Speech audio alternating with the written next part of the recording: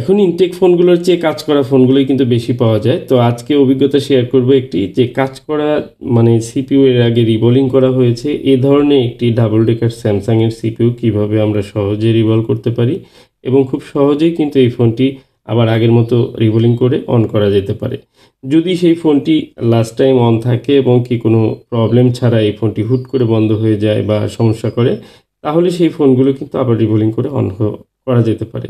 তো যাই হোক, আমি প্রথমে র্যাম সিপিইউটি রিমুভ করে নিলাম এবং র্যাম সিপিইউ রিমুভ করার পর আমি এখানে ধীরে ধীরে সব বলগুলো পরিষ্কার করে নেব। আর পরিষ্কার করার সময় অবশ্যই খেয়াল করতে হবে যে আগে যে লাইনগুলো সেগুলো ঠিকঠাক মতো আছে কিনা, বা নতুন করে ক্লিন করার সময় যেন কোনো লাইনে প্রবলেম না হয়, কোনো ড্যামেজ না হয়। আর এখানে অনেকগুলো এনসি লাইন যেগুলো উঠে যাওয়া থাকে, এগুলোতে কোনো ভয় পাওয়ার কিছু নেই। যে লাইনগুলো মূলত উঠে গেছে সেই লাইনগুলোর কোনো কার্যকারিতা নাই, নো কানেকশন থাকে, যে কারণে কিন্তু এগুলো লাইন অনেক সময় দেখা যায় যে উঠে যাওয়া। তো এই লাইনগুলোর মধ্যে যদি কোনো দরকারি বা গুরুত্বপূর্ণ জিআর ক্যারি করে এ ধরনের কোনো লাইন কানেক্টিভিটি ফল্ট হয়, তাহলে কিন্তু সিপিইউতে সমস্যা হতে পারে। আমি খুব সুন্দর করে খুব দ্রুত ক্লিন করে নিয়েছি এবং কি আমি মাদারবোর্ডটি চেক করে নিচ্ছি যে কোনো লাইন ফল্ট রয়েছে কিনা, সব ঠিকঠাক রয়েছে কিনা এই বিষয়টি। তো দেখুন, বর্তমানে সিপিইউ রিবোলিং করার পর কিছুদিন চলেছে, তারপরে আবার প্রবলেম হয়েছে, অথবা সিপিইউ রিবোলিং করে ঠিক হয়নি, সমস্যা হয়েছে। এই কাজগুলোর পরিমাণ অনেক বেশি। কারণ এখন কম বেশি সব জায়গাতেই সিপিইউর কাজগুলো হচ্ছে এবং সেগুলো ট্রাই করছে অনেকেই। এবং সিপিইউর কাজ করতে গিয়ে অনেকের কাছে এই কাজগুলো কিন্তু আনসাকসেস হয়। যে কারণে এই কাজগুলো বাজারে ছড়িয়ে পড়ে, অন্য জায়গাতে তারা ট্রাই করে।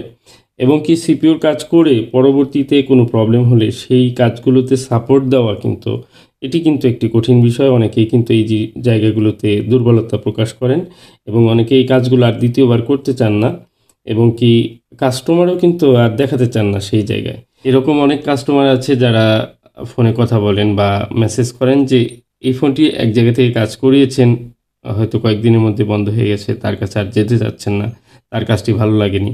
তো আমি বলব যে আপনারা অবশ্যই একজন এক্সপার্টের শরণাপন্ন হবেন এবং সেই জায়গা থেকে কাজ করাবেন এবং তাদের সাথে কথা বলে নিবেন যে কোনো সমস্যা হলে যেন কাজটি সে আবার একটু দেখে বা সাপোর্ট দেয়। অনেক সময় ওয়ারেন্টি দিয়ে থাকে, কিছু কাজে আমরা দিয়ে থাকি।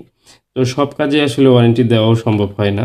বিশেষ করে যে ফোনগুলো ফ্রেশ থাকে, ইনটেক থাকে, সেই কাজটি আপনি ভালো একটি অ্যামাউন্ট খরচ করে রিপেয়ার করে নিবেন। তখন সেই ফোনটিতে কোনো প্রবলেম হলে অবশ্যই সেটি একটু হলেও হেল্প করা প্রয়োজন তার, বা এটা দায়িত্বের মধ্যে পড়ে আমি মনে করি। কারণ আমি অনেক ফোন রিপেয়ার করেছি যেগুলো আসলে কাজ করা থাকে, বিভিন্ন পিছনের হিস্টোরি ব্যতিক্রম থাকে। হয়তো অন্য জায়গায় দেখিয়েছেন, কন্ডিশন ভালো ছিল না। এই ফোনগুলো রিপেয়ার করার পর অবশ্যই কোনো না কোনো সমস্যা দিতে পারে। এটি কিন্তু প্র্যাকটিক্যাল একটি বিষয়। তো সেই ফোনগুলোতেও দেখা যায় যে অনেকবার কাজ করা হয় বা ট্রাই করতে হয়, বা কোনো সমস্যা হলে সাপোর্ট দিতে হয়। এগুলো দিতে গিয়ে কিন্তু অনেক সময় নিজের কিন্তু অনেক ক্ষতি হয়ে যায়। তো তারপরেও কিন্তু আমি চেষ্টা করি। তবে যে ফোনগুলো ফ্রেশ ছিল, ১ম আমাকে দেখিয়েছেন, সেগুলোর গুরুত্ব বা দায়িত্ব সেগুলোর প্রতি আমার একটু ব্যতিক্রমী থাকে। আমি চেষ্টা করি আমার জায়গা থেকে সর্বোচ্চ করার। তো সেগুলো আসলে প্র্যাকটিক্যালি যারা আমার কাছ থেকে কাজ করে নিছেন, তারা একমাত্র ভালো জানেন যে কতটুকু আমি কি করি বা করেছি তাদের জন্য।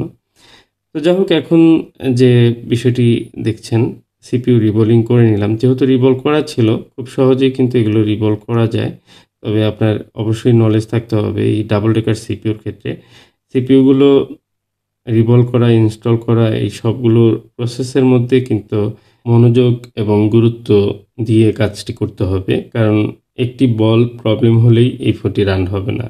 আর এই ডাবল ডেকার সিপিইউগুলো যেগুলো স্যামসাংয়ের, এগুলোর ক্ষেত্রে একটা সমস্যা, যদি আপনি একবার সিপিইউ রিভলভ করে ইনস্টল করে ফেইল হন, সেক্ষেত্রে পুনরায় কাজটি আবার করতে হয়। অনেক সময় এটি অনেক সময় লেগে যায়, দ্বিগুণ সময় লেগে যায়। তো সব মিলিয়ে কথা হলো যে আমরা যখন যে কাজটি করি চেষ্টা করব একটু সূক্ষ্মভাবে ধৈর্য সহকারে কাজ করতে। সবচেয়ে বড় কথা হচ্ছে মনোযোগ। এই মনোযোগ বিনষ্ট হয় বিভিন্ন কারণে। আমরা কাজের সময় আমাদের বিভিন্ন ফোন আসে, বিভিন্ন মেসেজ আসে। তো একের পর এক ফোন দিতে থাকেন। মনোযোগ সেই দিকে চলে যায়। অনেক সময় আবার সরাসরি এসে অনেকে কথা বলেন। সেই মানুষের সাথে কথা বলতে কোনো একটি টপিকে আপনি যখন কথা বলবেন তখন মনোযোগটা সেদিকে যাবে, মাস্ট বি। তো কাজের ক্ষেত্রে এগুলো অনেক সমস্যা তৈরি করে আমি মনে করি। আমি যে কারণে নিরিবিলি একটি জায়গায় বসে কাজ করি। আমি খুব কম কথা বলি। যা হোক আমার আইসি ইনস্টল শেষ। এবার আমার চেক করার পালা। আমি একটু চার্জারটি কানেক্ট করে নেব এবং ফোনে চার্জিংয়ের লোগো আসলেই ফোন ওকে।